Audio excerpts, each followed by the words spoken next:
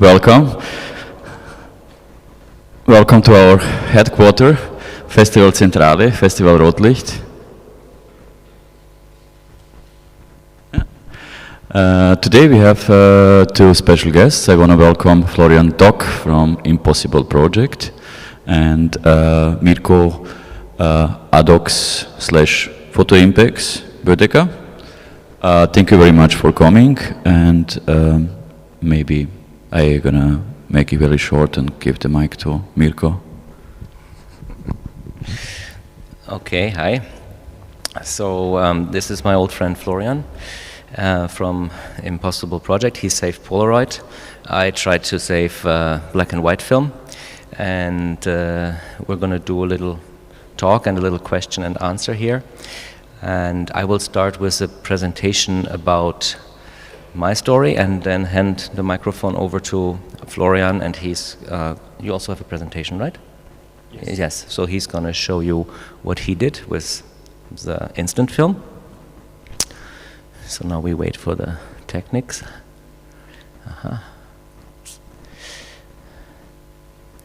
So very good, so that's my part. Yes, I founded Photo Impacts in 1992 when I was 19 years old.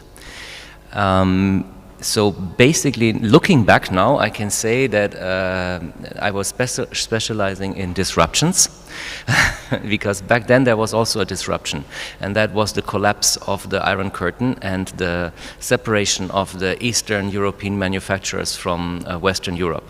They used to have old product streams going through those so-called export divisions of the communist regime, mainly for taking foreign currency into their Schatzschatulle.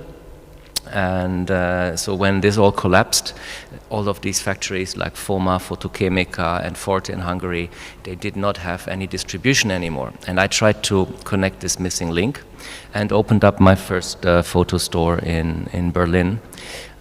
Here on the color picture you see me selling the films out the back door, because that was after 1 year when we already had to expand the store, and so it went on expanding and expanding until this one was opened in 1999. It's about 10 times the size of the first photo store. And we were doing really good, just focusing on black and white films, developers, chemistry, papers, toners, everything that you need for the black and white darkroom. And we were happily living along, and then suddenly around 2001 people came to our store and they had horribly misconstructed cameras where the film didn't fit in anymore. So that was of course very difficult for us, because we didn't know how to load these cameras with film, and then we found out that these cameras don't need film anymore. Which was kind of happening behind our backs, because what was transitioning was the part of the market that we were not targeting at all. As amateurs and some professionals for the newspapers, they all went digital, and our clients came to our store like every day and they wanted to buy black and white film. However, unfortunately, the companies who were making these products, they were highly dependent on the mass markets outside of our influence. And that's why, very unfortunately, 1 year later, in 2004, half of the photo industry went into receivership. We were doing strong, so we bought the brand ADOX in 2003 to reunite the FK films together with their original brand name. So the story here was that the original ADOX factory was sold to Photochemica in Croatia in 1978, and they kept making the original ADOX films, but they couldn't call them ADOX, they had to call them FK. And we were always marketing them under the ADOX brand, but in 2003 we had the opportunity to buy back the brand and reunite the film with the brand again.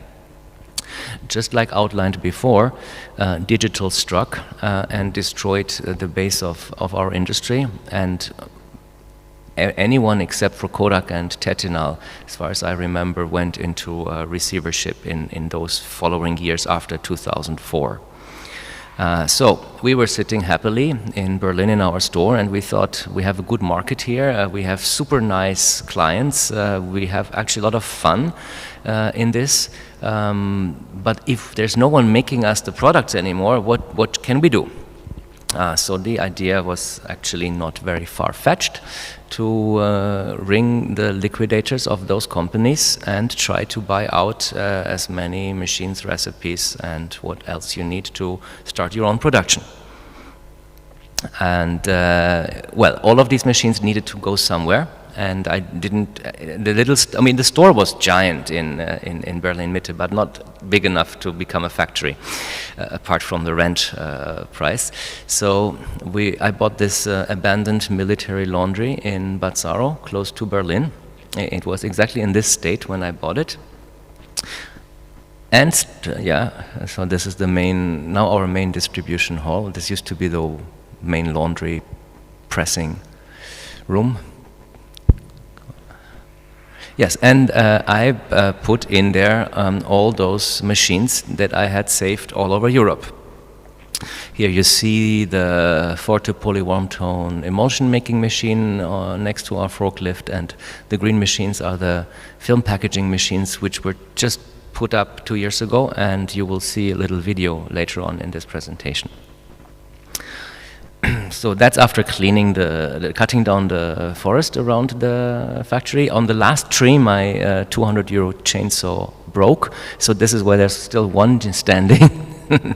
But I got, this was the first office where we still had to run power from a little diesel generator in the courtyard. And you see the building plans on the wall, how to rebuild and restructure everything to turn it into a photo factory. This is 4 years later, when we were done with the first part. This is mainly film finishing. So in 2010 we started finishing film, which means we can slit the film, we can perforate the film, we can spool it into the 35mm cassette. We can, back then we could also spool 120 film, which is the machine up there on the right-hand corner. Right now that's out of function. And bulk roll spooling downstairs, down on the right-hand corner. So we could finish films, and that was our main business, because we had bought leftover materials from the photo factories which went out of production, put them into a giant cool house. We didn't put the cool house picture, right? No, yeah. So I put them into a giant cool house, and then slowly finished them and tried to bridge the time until we can fully make our own products. At the same time, we started making emulsions in Bazzaro. So we tried to research and learn how to make film emulsions, but we were missing the key part, which is the coating. And our plan was to outsource this to other companies. However, in the meantime, unfortunately, all of those companies also either got into trouble or they were taken over by capital investors, and usually after a takeover, the first thing they do is they eliminate all cooperations with competitors because they want to have it all for themselves. So we were in the difficult situation that we could already manufacture emulsions, but there was no one willing to coat them for us anymore. And that's why we bought our own coating machine in Switzerland from the old Ilford factory, which went into receivership just that year. It's a very nice machine for our new market, because it's the smallest machine that can actually produce substantial amounts. So if you compare this, for example, to Kodak, Kodak is coating 1.50 meter wide at 200 meters a minute. That is producing a massive amount of film in very short time. So you need to have all the logistical infrastructure to produce and handle these giant amounts of film. And we are coating with 55 centimeters and 20 meters a minute. So we make rolls which are of this size, and they can still be lifted by hand. So, but still, one of our little mini jumbos produces up to 3,000 rolls of film. So it's a good amount of film that we can make out of one mini jumbo, and for the new niche market, this is, for film at least, this is a perfect setup. Well, we were expanding. We had to, when we set up the production, of course, we needed more space to do things like quality control and increase the production. So we built a new building in 2017. The part where the windows are missing in the front is now the new chemical production, which is one of our main areas of business. Behind there you see the reserved space for a newer and bigger coating machine, if ever the machine in Switzerland becomes too small. And then the rest is a very big new warehouse, because you always need a lot of warehousing if you want to produce something. So this is basically currently how the distribution site is set up. You see our mail order center on the left-hand side and the downtown store in Berlin where you can buy our products. And at this very moment I would like to remind you that if you want to support what we're doing, like building the smallest independent photo factory in Europe, you can, if you buy your products from Photo Impacts, that means you are supporting ADOX, because ADOX is financed by the profits of Photo Impacts. Everything that Photo Impacts makes in profits goes into building up ADOX. I never take out money from the company. And this is today. So you see the old military laundry building and you see the new building that we extended in the back.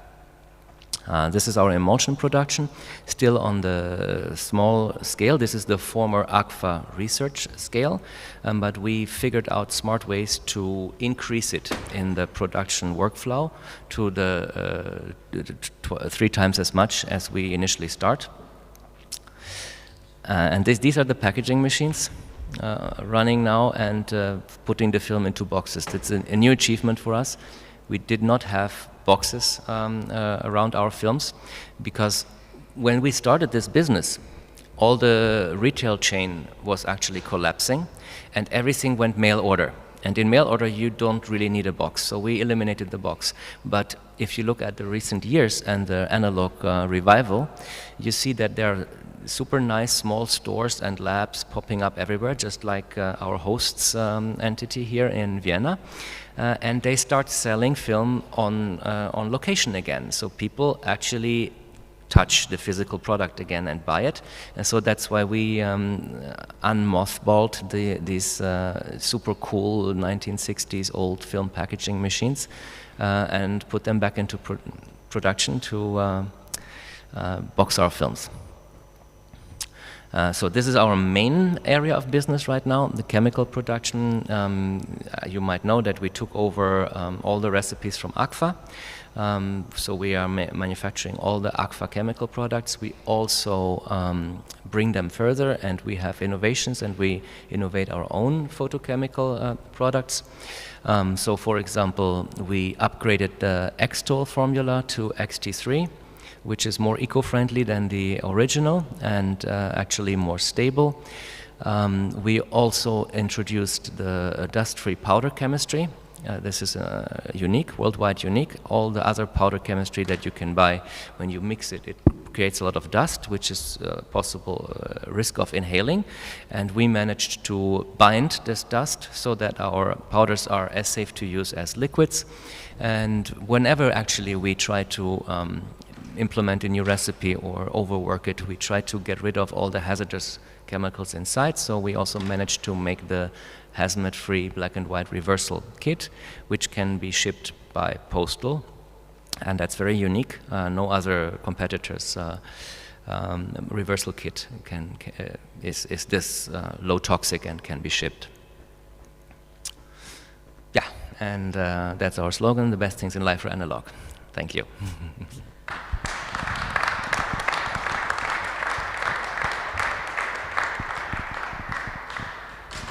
Shall I hand over to Florian and then we do a question and answer in the end?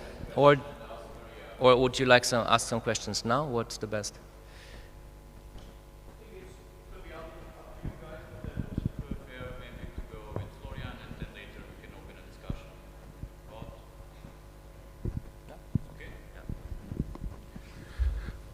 Hello everybody, thanks for inviting me. I'm very impressed. Never before my voice sounded that amazing like in this room, so thanks for having me. It's funny because, you know, around the same time, I also had the crazy idea to save analog photography. Like when Mirko started, I thought I'm much more clever, not to deal with all this super complicated developments, chemistry. So I said, let's have a look at the instant photography, which, you know, it's idiot proof, so it should be a much better match for myself. And this is the very first test image I took in 2004. You know, my wife immediately said, okay, this is the best portrait ever taken of you. So there was some magic attached to this material, and I started researching. And surprisingly, when we take the next slide, surprisingly, there was a lot of signs out there that even in the more and more digital world, there might be a place for analog.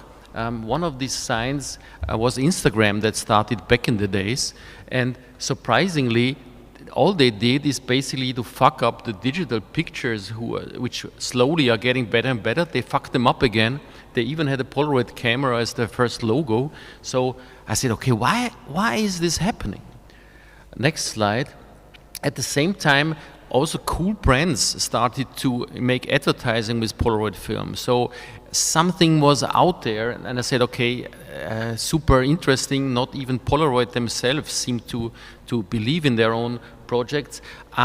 That's maybe a chance for me becoming a dealer and do something very crazy to start an online shop for Polaroid materials.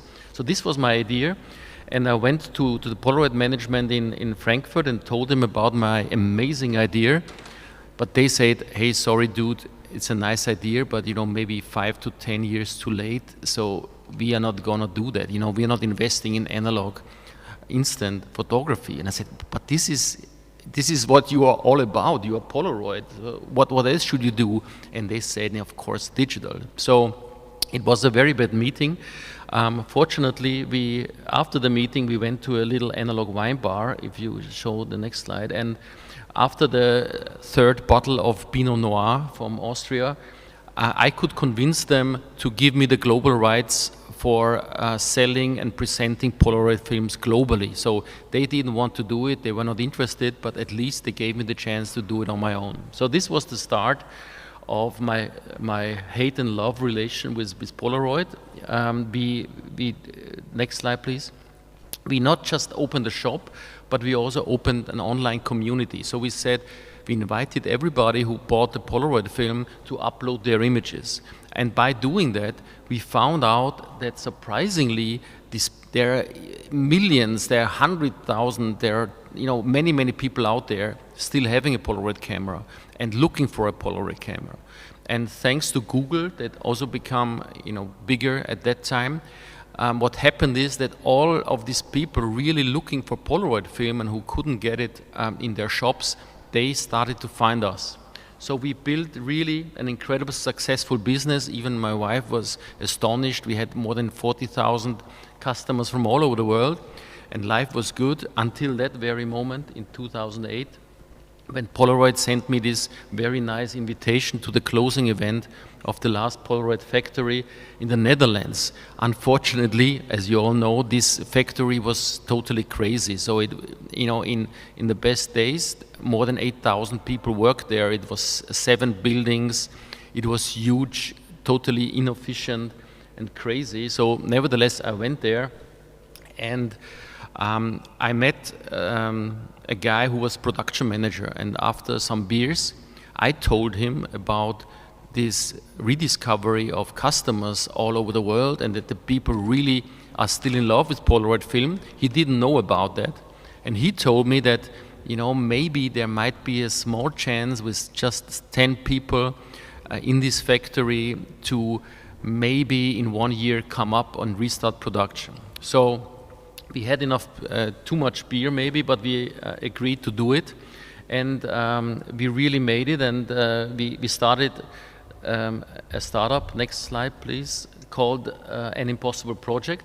It was a very special startup. I think the average age was 65. With all these old guys, we got back from pension, and we had this incredible huge factory. So alone to heat this factory was a total crazy amount. You know, we were young back then, full of enthusiasm. It was nice. Next slide. And we had worldwide press, but people treated us like Led Zeppelin, who made a comeback tour the same year. So it was romantic, nostalgic, some old people not ready for the future. But what happened then is that it totally changed. Next slide. And that surprisingly, not just we, the old people, still bought Polaroid because of romantic reasons, but the young generation, the generation who grew up digitally, who have never heard about Edwin Land and all this stuff, they started to buy our products. And they basically saved our asses because this was super, super interesting. Next slide. We really needed the new generation because our first films that we launched were very characteristic, like I put it. So, it was for old Polaroid customers, it was very strange because suddenly the film cost not €9, but €24. It was only 8 pictures, not 10. It was not a color picture anymore, but it was let's say, monochrome sepia tone, slightly disappearing over the period of time. So a very magic material. And the old guys, they grilled us, they hated us. The young generation, they not only liked us and loved us, but they supported us. That was very amazing. Next slide, what happened next? What we understood and what we learned is that unfortunately the new customers, they also demanded new hardware. So it's not enough to just cherish and celebrate the SX70, the old Polaroid cameras. We also had to invent a new hardware to connect both worlds. And this is very important, I think, also for what you are doing. It's about how to combine digital and analog worlds in order to make it accessible to people all over the world. So what we did is the Instant Lab. It's basically a camera where you can expose your favorite iPhone images onto the Polaroid film. This was a huge success, and the downside of that huge success is that it attracted investors. So next pictures. So a big investor joined, and this was good for the film, and it was bad for me. And very soon, the 24-year-old son of the investor became the new CEO. And the good thing about all of that is that they had a lot of resources, and they bought Polaroid. So it was, I think, the year 2012 when this amazing film material from the Impossible Project and the brand got reunited, which at the end of the day is a very good message. Next thing. The details, the horror details can be seen in that movie from Jens Meurer. So if you're really interested to see a shocker movie about what happened, you can stream it at Amazon Prime. But super successful, Polaroid saved, instant photography back, and incredible, the whole world understood how magic and how big the demand is for analog film. That's what I thought. But what happened next is, next slide please. This, we can skip that. That's just, that's just the explanation. Why are these digital grown-ups suddenly in love with analog photography? And basically, I think the answer is very clear, because digital content is always behind a glass screen. So you can see it, you can hear it, you can never touch it, you cannot lick it, and you cannot smell it. And human beings, they need all their 5 senses in order to fall in love. So the next slide is just a simplified version of that world. I think the Nobel Prize is almost in my pocket with this formula, but let's wait some more time. But even with this formula, and we thought, okay, now it's saved, vinyl records are saved, analog is saved. Next slide. And we even opened a headquarter research lab. Everything was looking much better. Next slide. What happened then is that Fuji, the Fuji, who are so clever, who even had the Instax, they stopped doing PEG film one of the most iconic magic instant film formats. And 100 people called me and said, "Hey Doc, come on, another film to be saved." I said, "Hey guys, I'm old. I already have, no, please not. But what should I do?" So I jumped into a plane. Next slide. And I went to Fuji and said, "Hey guys, I understand you don't want to produce it anymore, but at least don't destroy the machines. Let's do it. Give me the machines. I take care." I even had another billionaire who said he gonna finance it. But this Japanese gentleman on the right, they they very politely told me that I should fuck off. So nobody does it in as polite as Japanese do. So anyhow, next slides. We didn't give up.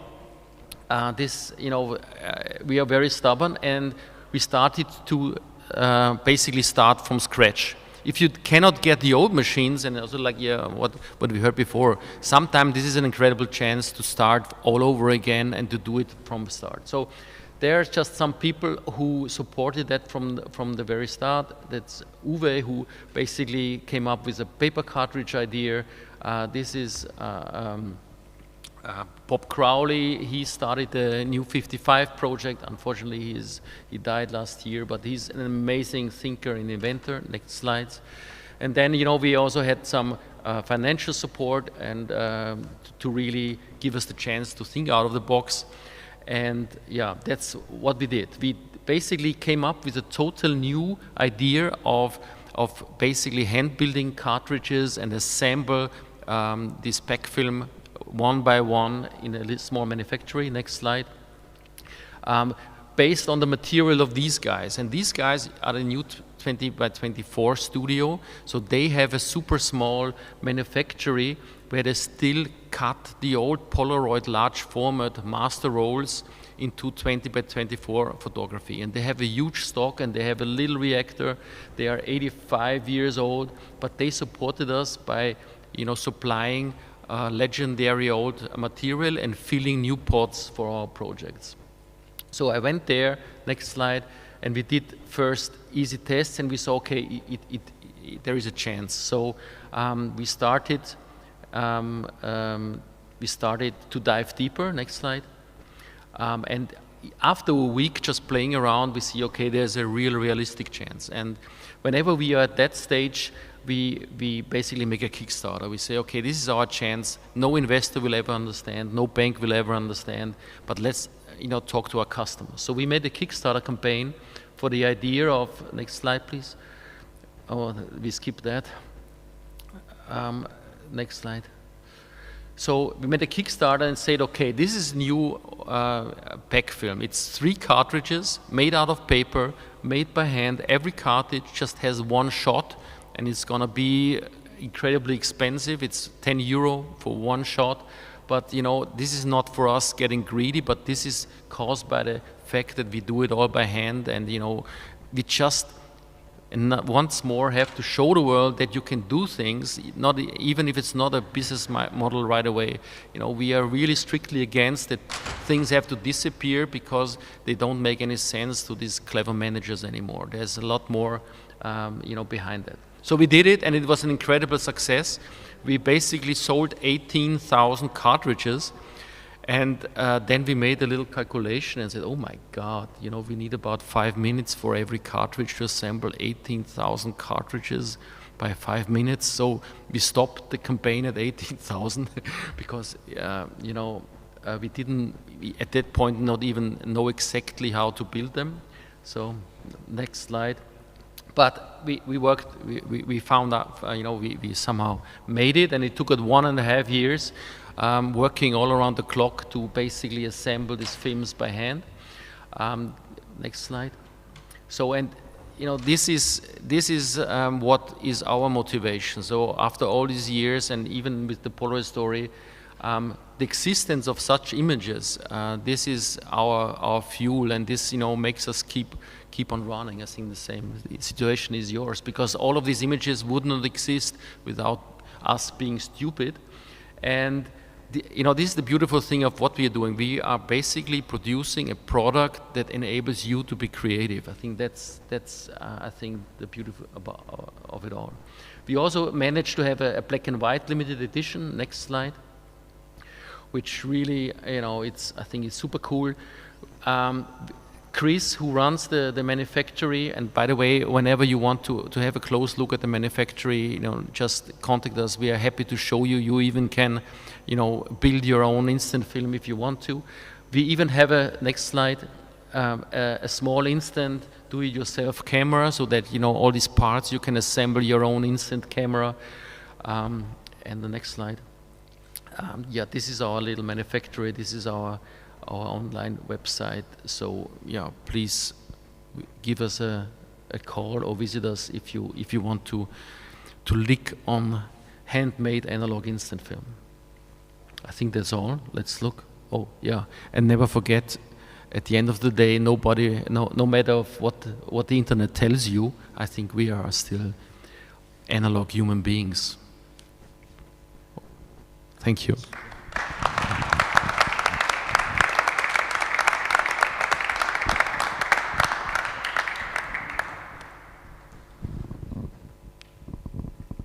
Any questions or tomatoes or stuff like that? We can now sit back. Yeah, that's good. Or you can sit back. Just sit back. And appreciate if it's possible that you're using this mic, and this one I can take to the audience. Amar, is this on? It's not on. Yeah. I have a question, and let's start. May I start with the question? So I have a question. How do you do all of that without greedy Polish investors? That's how did you manage to survive all of this without being fucked over? I do it extremely slowly. And that's why not everything is yet running fully. So let's say in this factory that you saw, 50% is potential and 50% is realized. And yes, we just progress step by step, much slower than we thought, sometimes also missing out on chances. And I know there are a lot of emails or Instagram messages coming almost every day. Why don't you make 120 film? Don't you know there's a market out there? Yes, we know there's a market out there and we'd love to make it, but we only have 3 mechatronics and they have to maintain the existing factory and they also have to rebuild the 120 spooling machine and the slitter and everything else. So we just very organically, gradually grow step by step. And of course, I think the difference is that you were selling Polaroids and then your main material vanished. So your income stream from the Polaroid more or less collapsed and you had no money at all and you had to set it up. We're still selling on the side a lot of stuff that we can buy and sell, buy and sell, buy and sell. That's photo impacts. That's what's keeping us financed. So that's where the cash flow comes from. Clever, very clever.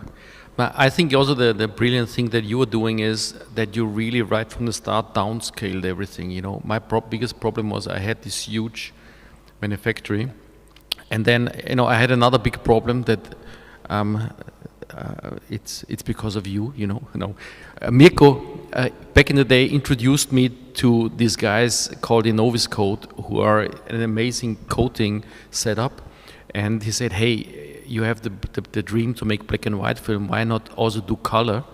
And he really and I said, what color? Nobody can do color. But it turned out that these guys really had a almost finished recipe in their drawers, and that was the beginning of this crazy idea, not just to bring back black and white instant film but also color instant film, which succeeded, but it cost about, I think, 350 million euro so far invested. I remember our initial spreadsheet, and there it was 300,000. Yeah. We missed some zeros. Yeah. Well, you see, we are very passionate. We try to do stuff, and sometimes it just financially not possible. It's similar with our papers, which are right now out of production, because we would love to make them and we actually have the recipes and everything there, but we can't do it. It's too expensive at the moment. Okay, back to you. Do you have some questions, or do you have some millions you want to spend with us?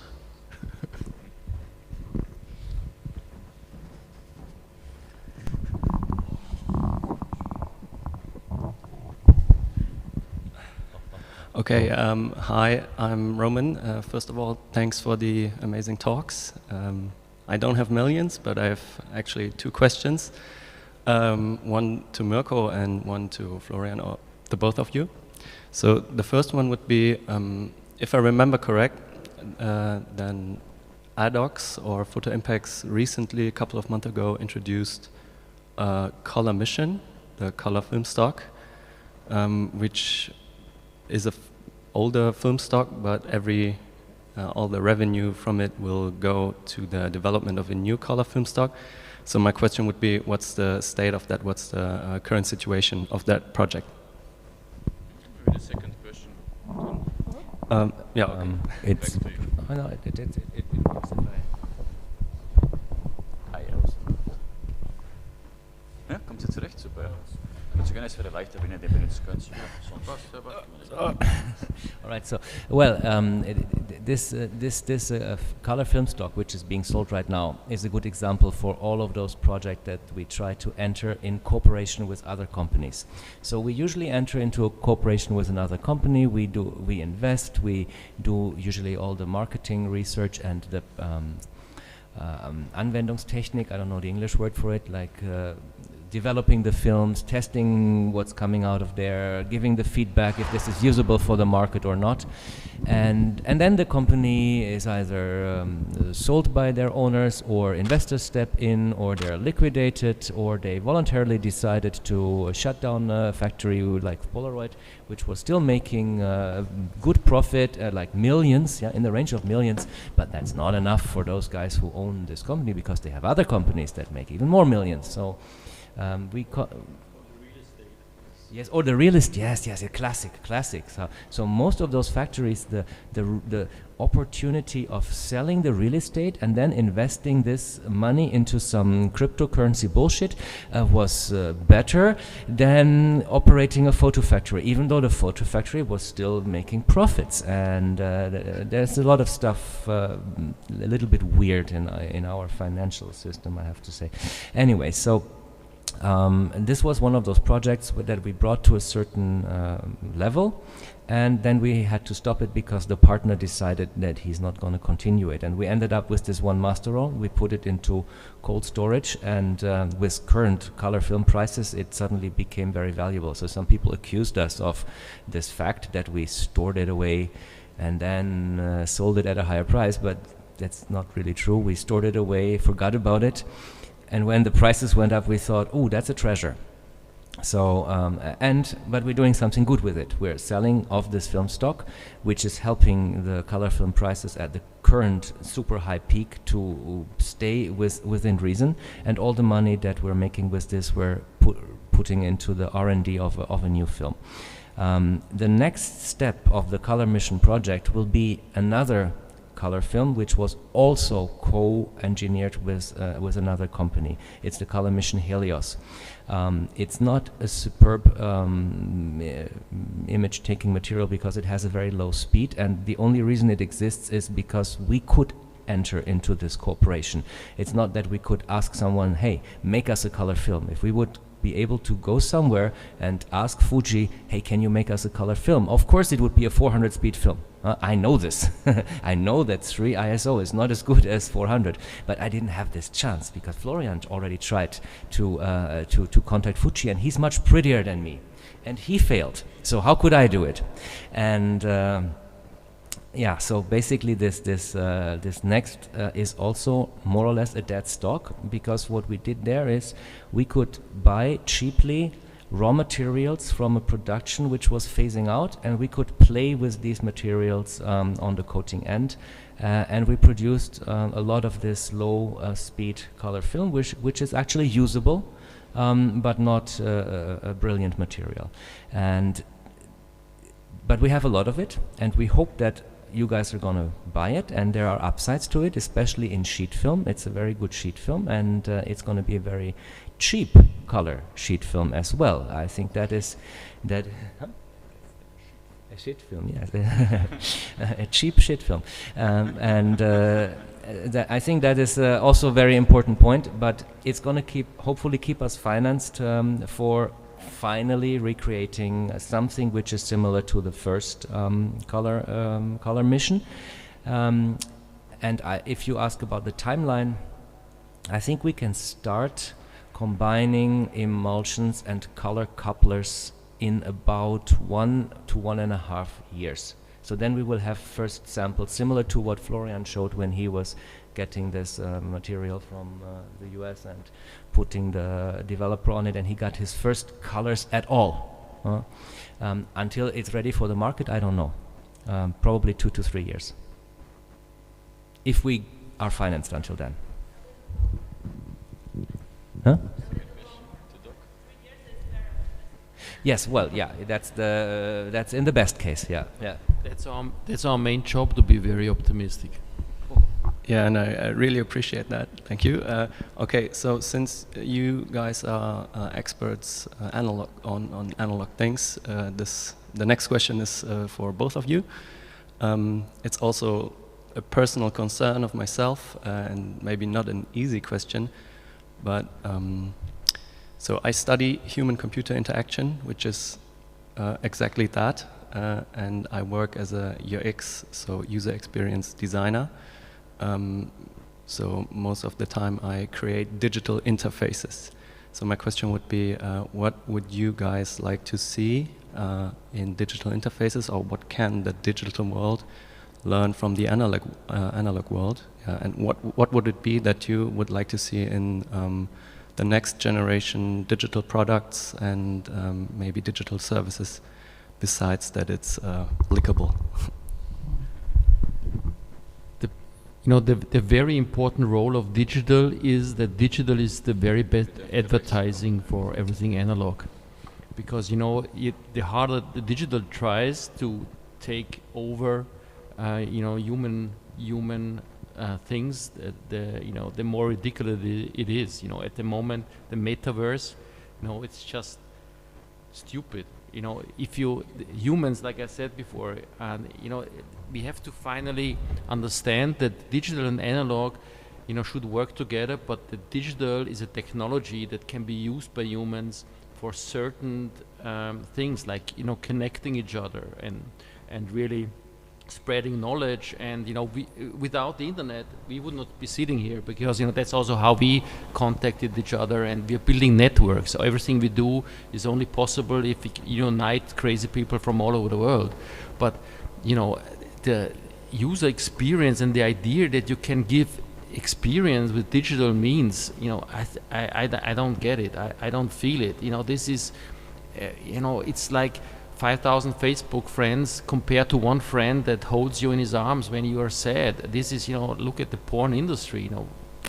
What should they do? Not even autonomic driving. I don't see it, especially because digital ended up to be controlled by these huge companies that have a very different mindset, and it's all about money making. And this is all of this understanding is also the reason why analog has to fight so hard, because in this crazy world. So I don't see anything that the digital can really improve to make us feel like human beings and be in any competition with analog. It's something totally different, at least for me. So you better study the analog aspects and should visit SuperSense and see human beings with 5 senses. There is no way that internet can introduce the download of smells or touch or tastes. I don't see that.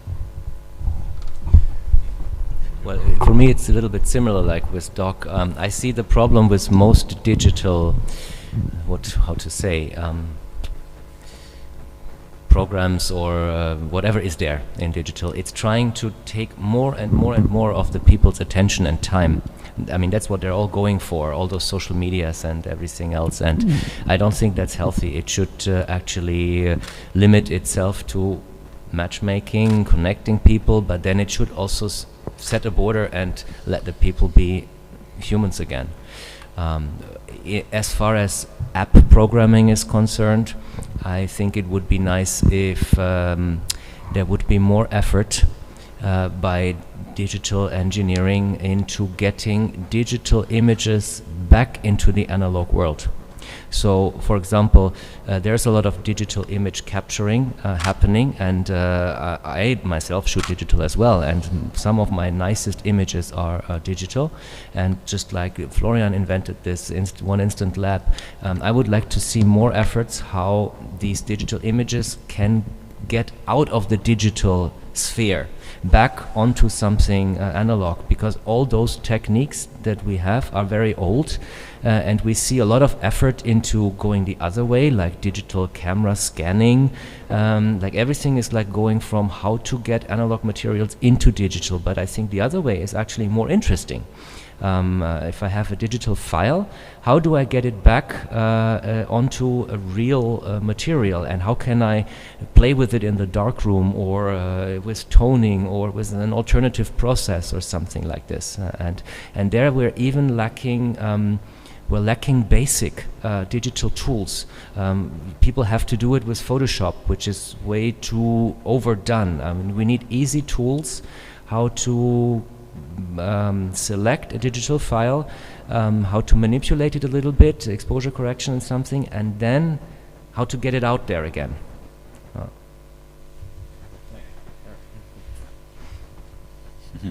The next question. Hello, thank you. So I'm interested in the people that you're working with, and how you, if you are doing this, how you're making sure that the next generation are interested in what you're doing from a kind of scientific point of view, so the skills shortage that might be there. So when you show photos of these amazing kind of 65-year-olds who know what they're doing with all the machinery, are you finding that the next generation, so not the photographic people that are really interested in taking photos, but like the scientists, and are they coming, and the engineers, are they coming along behind and coming into your spaces and learning? Are you confident that we can keep this going?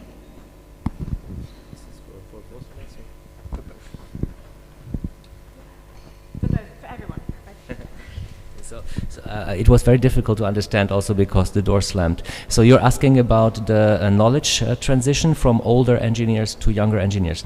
It's a very good question, because that's one of the key problems, and I have to say it has become increasingly difficult, and the main reason is that the young generation is not used to spend its entire lifetime in one factory anymore. But we're dealing here with ultra complicated processes. These processes are so complicated that you cannot divide them very well, especially not if in the same moment you're trying to build a small factory. So actually, if you want to break down like a big factory into a small factory, that means that every single person in the chain, product chain, has to learn additional skills left and right, and more skills have to be combined in one person. And this is really going 180 degrees in the other direction, as let's say Lebensentwurf. How young people want to live their lives nowadays, because they want to work 2 years here, 3 years there. They have also very optimistic salary expectations, and they have all the freedoms in the world because there's not enough of them, and they want to go global and international, and so the big industry can adapt to this by breaking down things, by building clusters, by building teams, and by actually moving a person around within the company, around the globe, to their divisions and different places. But if you are a mid-sized small industry and you have very complex things to do, it is extremely difficult. And so far we do not have a solution to this. We're still working with the old guys. A lot of it is in my head, but I'm also eventually going to be old, and whenever we tried with young people so far, it went to maximum of 3 years, and then they left, and that it wasn't even enough time to train them. So we're desperately looking for approaches to this problem. Excellent. The next question. Hi there. Thank you so much for both of your talks. I just had one question about the innovation aspect of film. So a lot of people talk about sustainability and things like, you know, veganism. Are there any things that you're looking for in terms of maybe making like an alternative to storing film instead of using gelatin? Or is that something that's somewhere on your radar? Is that something that in general film companies are thinking about? Or is that like too far down the road to even consider it? You're asking about gelatin, right? Yeah, exactly. Because of the vegan aspect. Yeah. Well, this has been so. Is there some, this is? Oh, you wanna maybe this can go long. So the thing is, I don't know if you guys know the story when Kodak lost an entire quarter-year production. I think it was in the 20s, and the reason was that the kettle ate some sulfur-containing herbs. So in the old days, everyone really tried to replace gelatin because of its low quality and because of all the problems that it caused in film manufacturing. And I think in the 60s and 70s, all over the world, there were thousands of scientists employed by the photographic industry with the only task: how can we get rid of this effing gelatin? How can we replace it by some inorganic material which is stable to produce and which doesn't have all those problems that an organic material is giving us? They have not managed to do this. And at the size the industry is in right now, of course we cannot take the same efforts. On the other hand, of course, there are new materials, and there are a lot more materials than there have ever been. So I would say it's not impossible to do this, but it is so difficult right now to keep a product alive at all. And it's so complex. If you start changing just one ingredient, you're ending up with like years in the lab of doing tests and recalibrating your process and so on and so forth. And gelatin is the main ingredient, basically. It's the colloidal that keeps everything together. And it's not only the fact how the gelatin is holding the silver halides, it's also all the other characteristics that it has, that it can, it's water soluble, you don't need solvents. For example, if we would change from a water soluble production to a solvent production, we would fall under the BIMSCH laws, and that would immediately terminate all efforts. I mean, if you have to apply for a BIMSCH allowance, which is like Bundesemissionsschutz, that's it, you're done. We're talking about 5,000 people companies, not 50 people companies. So we have to, we are very limited actually, and frankly, it's the last thing that we would probably go for right now before we have a stable production at all. What I know theoretically, what could be done is you could replace the gelatin by inorganic compounds. You could make a film, and most likely the speed would be around this 2 to 3 ISO that the color mission Helios will have. So if color mission Helios becomes a great success and everyone learns how to shoot with 3 and 2 ISO, which is possible, and maybe there is a way to make a gelatin-free film with little research or modest research in this speed. And but you could do it right now. You could do wet collodion. It has 2 ISO. Without poison at all. That's the way I chose. More questions? Yeah? Maybe some questions are gonna come. I wanted also to say tomorrow we have also a visit of the production place, if I'm right, of Impossible Project in the 2nd district at 6 p.m. So you can just join with Mr.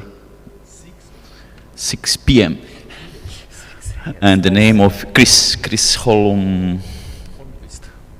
with Chris. He's the master of the one instant manufacturing, so he will be happy to show you around. Yeah. From our sides, thank you very much for coming, for supporting us, our very young festival. We are in the second edition now, and we are very happy to put all those people together, let's say from the artists, from the curators, to the film industry. There is quite a huge program for these 10 days of the festival. The next talk, it's at 2 p.m. We are talking about 9.5 millimeter, the forgotten film format. And we are opening also tonight at 4 o'clock. We opened the exhibition of Verena Andrea Brenner, also our cover for the catalog and for the visual identity of the festival. So we would be happy to see you also there. Thank you very much for the visit. And the main exhibition is behind. We are just finishing now with the portfolio review, and you have at the first and the second floor Back to Black exhibition. Thanks a lot.